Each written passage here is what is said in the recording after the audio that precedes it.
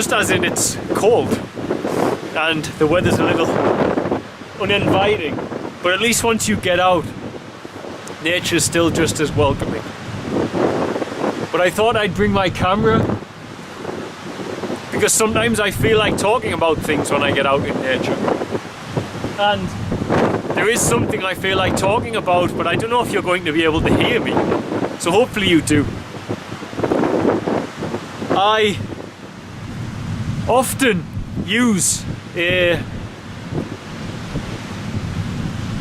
small paragraph from the Bible when discussing the pineal gland, and I use the words of Jacob where he says, "I have seen God face to face, and I call that place Peniel, and my life is preserved." I've never ever put that into context.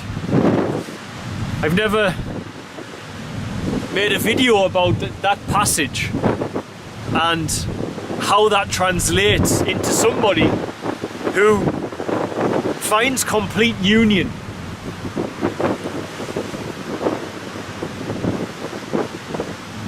as Jesus said in the Gospel of Thomas. I think it was Gospel 22. He said, "When a man is not a man and a woman is not a woman, then you have reached the kingdom." Words to this effect. What he was saying was, when you find the union between masculine and feminine, and you find the space between hot and cold, light and dark, then you find that space in your consciousness where you can access God and the kingdom of heaven. When a man becomes a woman becomes a man. It's not saying you should abandon your natural attributes. It's not saying you should abandon your masculinity. I've made videos about this before. Men have certain attributes that women do not, and vice versa. It's very normal. It's natural to have roles, unlike the modern Luciferian doctrine, which is trying to make people believe that there is no role, that we are defined as men and women purely by societal means, which is just not true. I know this from living in a society that's not influenced by media, and they still fulfill certain roles given the natural way of things. What's that got to do with Jacob? Well, it leads into an important part of that story. The point where that happens in Genesis begins with Jacob with his 2 women servants, his 2 wives and his 11 sons, and they cross a stream, a river called Jabbok. Now Jabbok is a Hebrew word, and its origins are based in the meaning is based in the etymology is based in to empty something. In this instance, it's about emptying yourself. Water, as I've said before, the stages of consciousness in esoteric Christianity are altered states of human consciousness, represented with labels of earth, water, air, fire, quintessence, or new mind. In modern science, alpha, beta, alpha, theta, delta, potentially gamma. This is what is meant when he crosses Jabbok. He crosses over in meditation, over that body of water. He moves up from earth to water. And when he does, he leaves all of his worldly attachments behind, and he even makes clear to say, "Take my possessions with you." So his attachment to his family, to his desires, to his women, to his wife, to his worldly possessions is severed as he empties himself by raising up into that level of consciousness that they labelled water. At which point in the story he begins to wrestle with a man on one side of the water.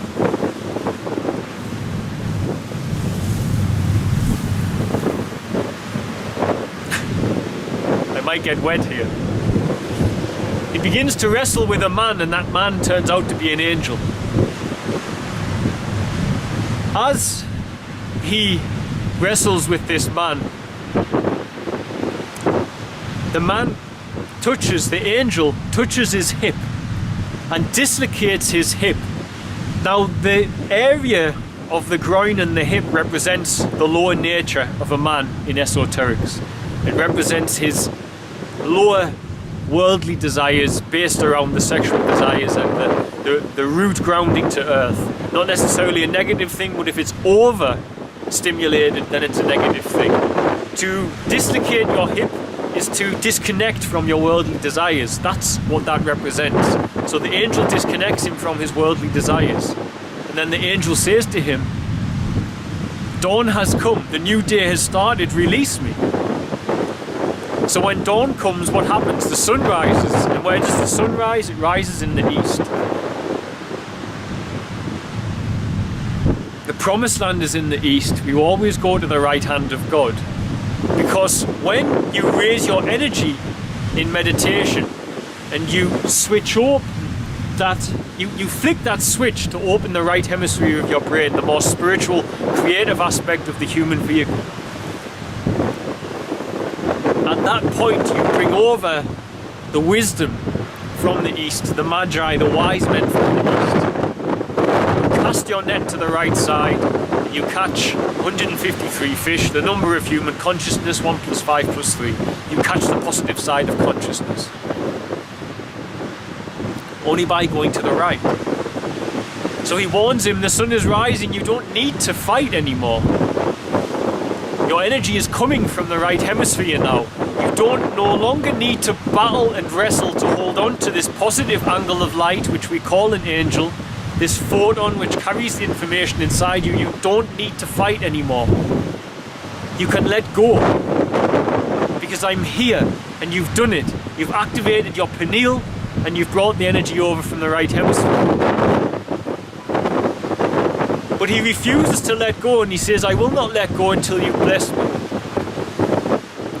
And the angel says, what is your name? And he says, Jacob. And he says, from this day forward, let your name no longer be Jacob, but Israel. And Israel is built up of 3 parts.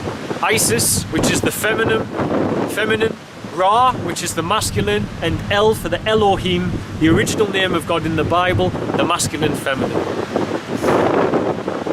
Let you now be known to be a union of masculine and feminine energies, a union of dark and light, the space between hot and cold, so as now you can commune with Mother, Father, God. You can commune with Spirit, that thing which we call Elohim. That is what is meant when he says, you are now Israel. In esoterics, this is what is meant. And at that point, Jacob replies and says that wonderful saying, I have seen God face to face, and I call that place Peniel, and my life is preserved. From the beginning, quite simply, he emptied himself at Jabbok by crossing over from the earth level of consciousness to the water level. He sent all of his worldly attachments to the other side, away from him in meditation as he emptied himself. The angel then severed his lower nature by dislocating his hip is how it's represented, at which point he raises his energy. The sun begins to rise on the new day, his energy comes from the right hemisphere of the brain, and light comes to his life. And when the light comes, the angel calls him Israel, because the feminine Isis, the masculine Ra, and the combination which is the Elohim, Mother, Father, God, is now accessed by him. And he does it by activating his pineal in meditation, and this is why Jacob says, I have seen God face to face, and I call that place pineal. For the pineal gland is the seat of the soul and the doorway to union and communion with God. Whether you understand it or not, whether you practice a science that uses it or a method that uses it or not, even if you're fasting and you're a normal Christian going to church and praying, or you're a Buddhist who doesn't speak about the pineal gland, if you're finding compassion deep inside, rising inside yourself, and you're finding synchronicities and a connection to Spirit and a hunger for God, or you're burning with the Holy Spirit, then you have activated and awakened the pineal within you, and you have preserved the Christ inside yourself, the chrism, in doing so. And because of that, you roar with the passion and the hunger for divinity and the union with God. That is why we all must see God face to face, the place they call Peniel. We all must wrestle to keep that angel inside us.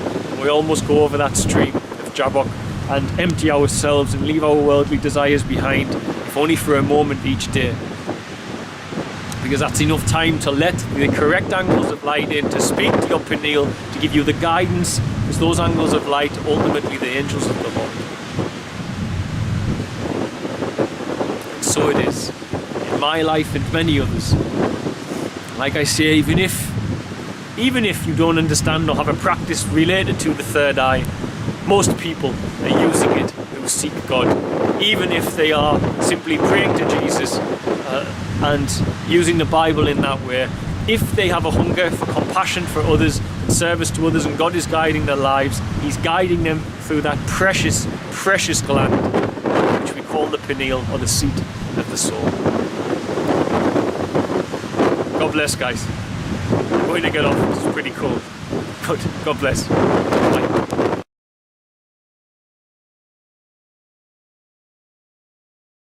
Thanks for watching. Don't forget to like, share and subscribe, as it really helps us to grow the channel and with it help more children here in Tanzania.